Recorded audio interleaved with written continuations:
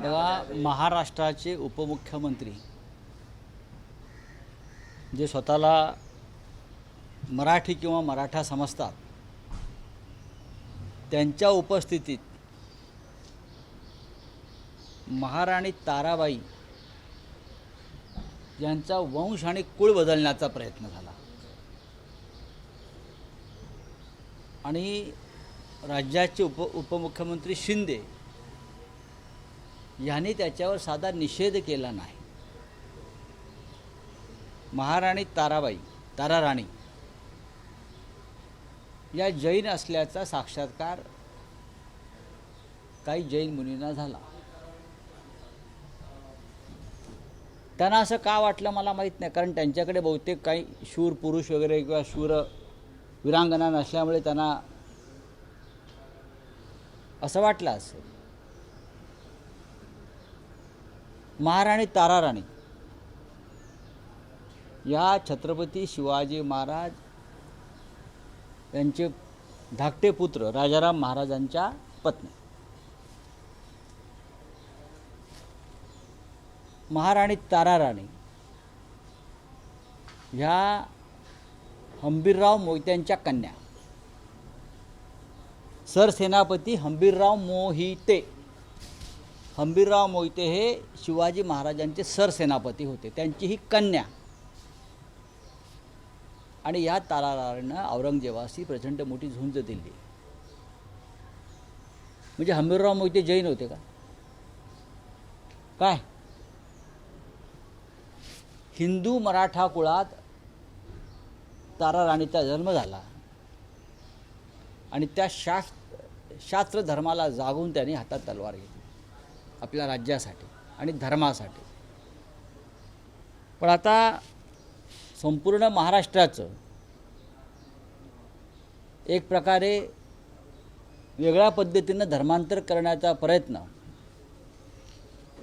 फडणवीस, शिंदे आणि सुनेत्रा पवारांच्या राजवटीत सुरू झालेला दिसतो. धर्मांतर विरोधी कायदा आणलेला ना आपण महाराष्ट्रात. म्हणजे ते मुलाम आहे. तो तुम्हाला धर्मांतर करता येणार नाही. तुम्ही आमच्या ताराराणीचं जबरदस्तीनं धर्मांतर करताय. याच्यावर ॲक्शन व्हायला पाहिजे मुख्यमंत्र्याकडून, डेप्युटी सी एमकडून. तुम्ही आमच्या हंबीरराव मोहितेच्या कन्येचं, सरसेनापती हंबीरराव मोहित्यांच्या कन्येचं, ताराराणीचं, छत्रपती राजारामाच्या पत्नीचं, झुंजार वीरांगना ताराराणीचं धर्मांतर करण्याचा अशा प्रकारे अधिकार तुम्हाला कोणी दिला? याच्यामागे काय षडयंत्र आहे? तुम्ही मुंबई आणि पुण्यासारखी शहरं जैन संस्कृतीच्या अंमलाखाली आणलेली आहेत. सर्वत्र जैन फूड, जैन अमुक, आता जैन हवा, जैन पाणी, जैन माती हे होऊ शकतं या महाराष्ट्रामध्ये. पण तुम्ही आमचे राजे महाराजे, सेनापती, महाराणी यांनाही तुम्ही परस्पर जैन ठरवायला लागलात. म्हणजे तुमची ही विचारधारा आणि विकृती कोणत्या थराला गेलेली आहे? कुठे गेल्या आता सगळ्या त्या मराठा संघटना? कुठे गेले ते मराठा अस्मितेचे आमचे सगळे सहकारी? ताराराणीविषयी जर अशा प्रकारची वक्तव्य धर्मांतर दाखवणारी होत असतील तर नुसता निषेध करून चालणार नाही. सगळ्यात आधी निषेध हा एकनाथ शिंदे यांचा व्हायला पाहिजे. ते तिकडे उपस्थित होते आणि त्यांनी तिथे साधा बरो काढला नाही. कदाचित त्यांना ताराराणी माहीत नसावा. त्यांनी ताराबेन ऐकला असेल. त्यांनी कदाचित ताराबेन ऐकला असेल. पण त्या ताराराणी आहेत महाराणी. शिंदेजी त्या महाराणी ताराराणी आहेत, लक्षात घ्या. हंबीरराव मोहित्यांची कन्या आहे ती. शूर हंबीरराव मोहिते आणि शूरवीर आणि राष्ट्रसंरक्षक हे फक्त महाराष्ट्राच्या मातीतच जन्माला आले आणि ती सगळे अस्सल मराठी माणसं आणि मराठी वीरांगना होत्या. बोला. या प्रकरणामध्ये सरकारनं तातडीनं जैन धर्मगुरू नयन पद्मसागर महाराज यांच्या विरोधात गुन्हा नोंदवला पाहिजे. का फडणवीसांना वाटत नाही? की ह्या तारा राणी संदर्भात अपमान झाला आहे म्हणून मी कशाला सांगायला, त्यांना काय वाटतं आहे, आम्ही का सांगायला पाहिजे? एकनाथ शिंदेना का वाटत नाही? सुनेत्राताई पवारांना का वाटत नाही? आमच्या मनोज जरांगे पाटलांना का वाटत नाही? काय हे सगळ्यांना वाटलं पाहिजे. तुम्ही कायदा आणला आहे ना धर्मांतर विरोधी वगैरे का धर्मस्वातंत्र्य, मग ह्या मुनी महाराजांना हे स्वातंत्र्य कोणी दिलं की हंबीरराव मोहित्यांची कन्या महाराणी तारा राणीला परस्पर जैन म्हणून घोषित करण्याचं हा अधिकार दिला कोणी? आणि महाराष्ट्र सरकार हे शंडासारखं बघत राहिलं. आता तुमचे मुख्यमंत्री येतील सांगायला हे खपवून घेणार नाही संजय राऊतांचं वक्तव्य वगैरे. नका घेऊ खपवून, माझ्यावर गुन्हा दाखल करा. मी बोलतो हे हा मराठी माणसाचा, महाराष्ट्राचा, मराठा साम्राज्याचा अपमान आहे. या विधानाच्या मागे राऊतसाहेब, या विधानाच्या मागे राऊतसाहेब, या विधानाच्या मागे मंगल प्रभात लोढांचं नाव दुसऱ्या एका जैन मुनी सांगितलं की ते नाही, मी त्याच्यामध्ये पडणार नाही. मंगल प्रभात लोढांना तारा राणी माहिती आहेत का? इतिहास महाराष्ट्राचा माहिती आहे का? तारा राणी या स्वराज्यासाठी लढल्या, लोढा टॉवर उभारण्यासाठी लढल्या नव्हत्या किंवा ट्रम्प टॉवरला संरक्षण देण्यासाठी लढत नव्हत्या. त्यांच्या लोढा ट्रम्प टॉवरला त्या हिंदू मराठा साम्राज्यासाठी तारा राणीचा संघर्ष होता. हे बहुतेक ह्यांना माहीत नसेल. बोला पुढे काय झालं, काय सांगलं? पण महापौर म्हणतात की त्यांच्या औषधामुळे माझा घशाचा आजार बरा. कोणाच्या औषधामुळे? धर्मगुरूंच्या असं आहे की खराच्या औषधामुळे सुद्धा अनेकांना बरं वाटतं.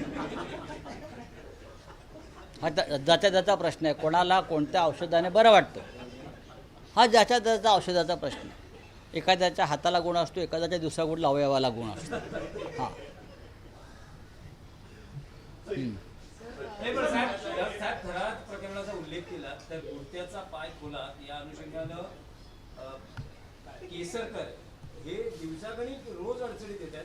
आता जी नवी पदाधिकाऱ्यांची यादी जबाबदाऱ्या निश्चित केल्या त्यातून केसरकरांना डावललेलं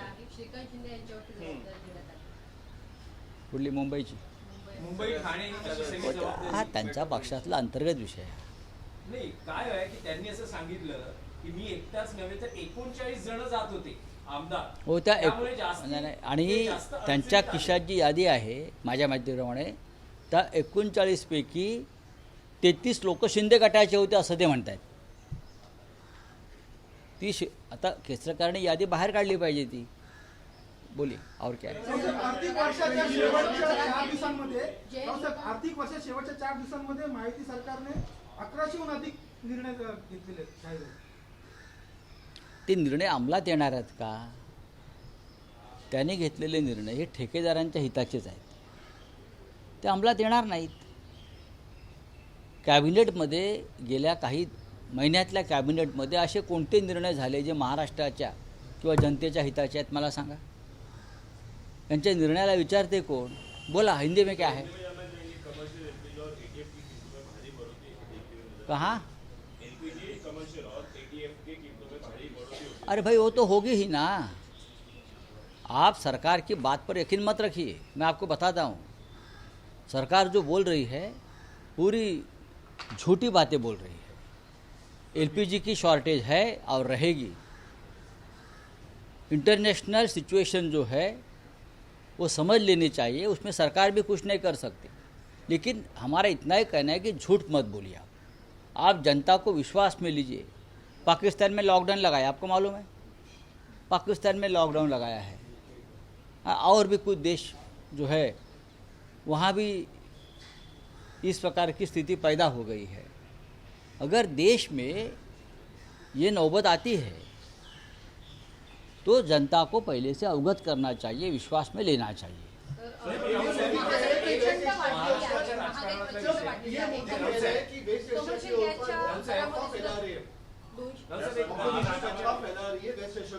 कौन अफवाह फैला रहे? हम कौन? विपक्ष. अगर हम अफवाह फैला रहे हैं तो मोदी जी केरल में जाकर जनता को ये क्यों बोल रहे हैं हम आपको 2-2 सिलेंडर देंगे? हम आपको 2-2 सिलेंडर देंगे। क्यों? क्योंकि डर वहाँ भी है ना केरल में कि सिलेंडर नहीं मिलने वाला है। तो ये चुनाव का मुद्दा हो सकता है क्या, हम 2-2 सिलेंडर देंगे?